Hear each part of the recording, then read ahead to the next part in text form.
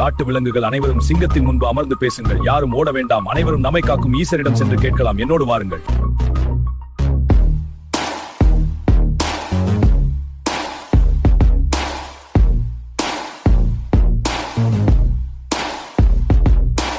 ஒரு அழகான காடு. அந்த காட்டில் விலங்குகள் அனைத்தும் நன்றாக வாழ்ந்து வந்தன. அன்று ஒரு நாள் விலங்குகள் சண்டை போட்டுக் கொண்டன. அதைக் கண்ட ஒரு குரங்கு காட்டின் அரசரான சிங்கத்திடம் சென்று முறையிட்டது. சிங்கம் உடனே அனைவரும் சிங்கத்தின் முன்பு வரவழைத்தது.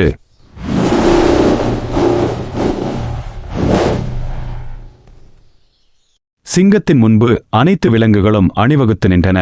சிங்கம் சண்டையின் காரணம் கேட்டது. அதற்கு ஒரு புலியும் ஓநாய்களும் நாங்கள் எங்களுக்கு உணவாக ஒரு விலங்கை வேட்டையாடினோம் என்றன. இதில் எதற்காக சண்டை என சிங்கம் கேட்டது.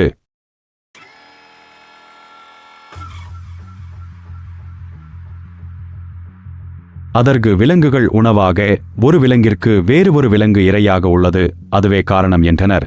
இதை கேட்ட சிங்கம், இது படைப்பின் உணவு சங்கிலி, இதை எவ்வாறு மாற்ற முடியும் என்றது. அதற்கு பாதிக்கப்பட்ட விலங்குகள் சிங்கத்திடம், ஒரு விலங்கிற்கு மற்றொரு விலங்கு இரையாக மடிவதா அரசே என்றனர்.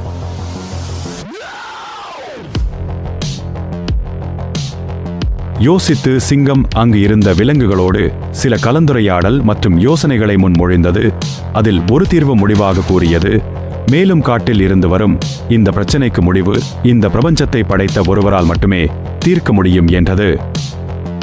மேலும் அவர் இந்த பிரபஞ்சத்தின் பரம்பொருளான நமது இறைவன் ஈசர்தான் என விசுவாசத்துடனும் இறை மரியாதையுடன் தனது கருத்தை தெரிவித்து, மேலும் ஈசரை காணும் பயணத்திற்கு அனைவரும் உடனே பயணிக்க அறிவுறுத்தியது.